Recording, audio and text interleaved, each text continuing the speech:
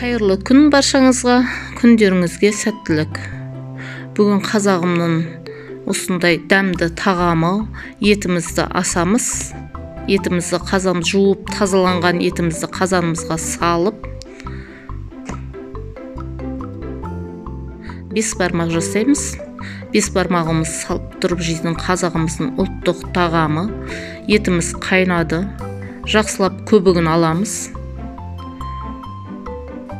Жақсылап көбігін алғаннан кейін, осы қайнап болған соң көбігін алғаннан кейін 2,5-3 сағаттай қайнатамыз. Бұл аралықта біз қамырымызды илеп қойып, пиязымызды тураймыз.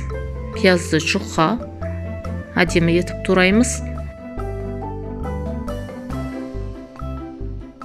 Бұл біздің тұздыққа, өздеріңіздің ыңғайлы ыдыстарыңызға салып, осылайша әркім өз қалауынша, менде болгар бұрышы бар қатырылған.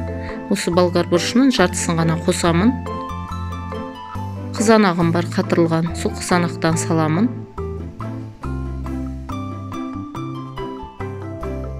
Осылайша еттің бетіне шыққан сорпасынан, майлы сорпадан құйып, тұздықты қайнатамыз. Бір 5 минут қайнатсақ жетеді. Тұздығымызды қайнатып қойып, енді қамырымызбен айналысамыз. Қамырымыз жұмсақ, әдемі сондай, қанған қамыр. Қамырымызды жаямыз. Құрметті көрермендер, осы видео көптеген адамдарға көрініп тұру үшін өздеріңіздің қолдауларыңыз керек. Видеоға тегін лайкты басып, комментарий бөлімінде өз пікірлеріңізді жазып қалдырсаңыздар екен. Сіздермен бірге дәмді ас каналы. Қамырымыз жайылып болды. Осылайша бөліктерге бөлеміз.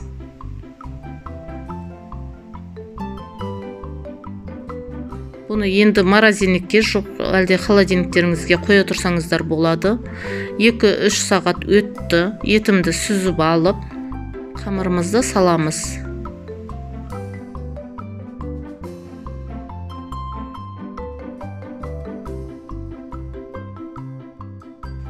Үш-төрт минут қайнатып, қамырымызды қайнап болған соң, үстінен суық суымызды құямыз. Мұздай суымызды құйып, қамырымызды сүзуге кірісеміз. Легенме осылай тұздықтан құйып қойдым. Қамырды жақсылап суын сорғытып сүзіп аламыз.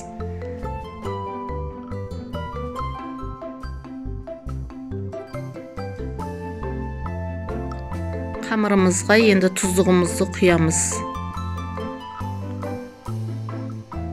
Тұздығымызды осы қамырдың арасына кіретіндей етіп қамырды қозғап құямыз.